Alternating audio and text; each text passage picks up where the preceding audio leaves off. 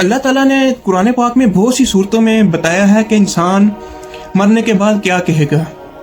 जैसे कि सूरह हक्का में कहा गया है कि इंसान कहेगा, ए काश मेरा नामा माल मेरे हाथ में ना दिया जाता, ए काश मुझे मेरा हिसाब ना पता होता, ए काश मुझे दुनिया में ही वही मौत आखिरी होती, दोबारा ना उठाया जाता। आज मेरा नामा माल मेरे किसी काम ना आया, मेरा इक़्तिदार ख़त्म हो चुका। जो दुनिया में वो कमाया था उसने माल मार मार मेरा मार मेरा मार मेरा माल वो दुनिया में ही ख़त्म। और भी बहुत सी सूरतों में बताया गया है, जैसे सूरह फजर में इंसान कहता है, काश मैंने अपनी ज़िंदगी के लिए कुछ आगे भेजा होता। और दूसरी सूरह में, ए काश मैं दुनिया में दोबारा लौटा दिया जाता, ए काश मैं अल्लाह के बताए हुए रास्ते पर चलता, ए काश मैं पैगंबर के बताए हुए रास्ता इख्तियार करता।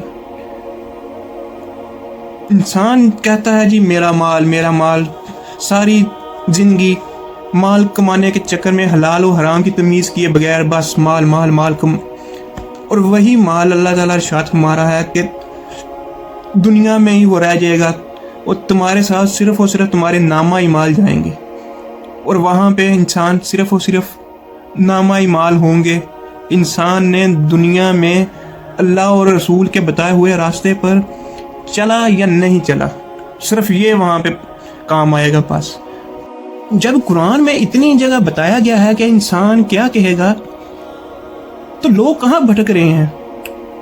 और जो लोग कहते हैं जी हमने कुरान पाक पढ़ा हुआ है, तो क्या वो लोग ये सब पढ़ के भी अनदेखा कर रहे हैं? ये तो उससे भी बड़ा गुनाह है कि अल्लाह के बताए हुए रास्ते पे वो जानबूझ के नहीं अमल कर रहे, चल रहे। जब अल्लाह ने बता दिया कि इंसान मरने के बाद ये कहेगा कि उसका माल किसी काम नहीं आएगा, और इंसान खुद कहेगा कि काश मेरा माल मेरे किसी काम ना आया आज, और मैंने अपने लिए कुछ आगे भेजा होता, काश हम दोबारा दुनिया में लौटा दिए जाते।